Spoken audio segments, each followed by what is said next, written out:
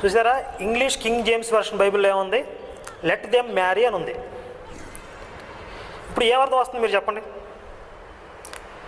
ఈయన అంటాడు ఇంగ్లీష్ నాకు చదవటం సరిగ్గా రాదు, ఏ బడిలో చదివా 10th క్లాస్ పాస్ అయ్యావా అంటున్నాడు. సరే, నాకు రాదండి, ఇంగ్లీష్ నాకు సరిగ్గా రాదనుకోండి. ఇప్పుడు ఫారిన్ కంట్రీస్లో పుట్టారు కదా, ఇంగ్లీష్ మాతృభాష మాట్లాడేవాళ్ళు ఉంటారు కదా, వాళ్ళకేం అర్థమైందో తెలుసా? వాళ్ళకి ఇదే అర్థమైంది. ఇదేదో నేను కొత్తగా చెప్పిన విషయం కాదు.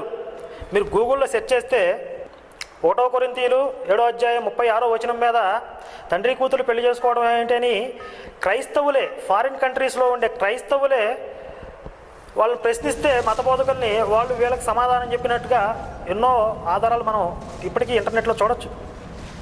మరి నాకు అర్థం కాకపోతే వాళ్ళకి ఎందుకు అలా అర్థమైంది? ఎందుకంటే అక్కడ అర్థం వస్తుంది కనుక. ఆ తర్వాత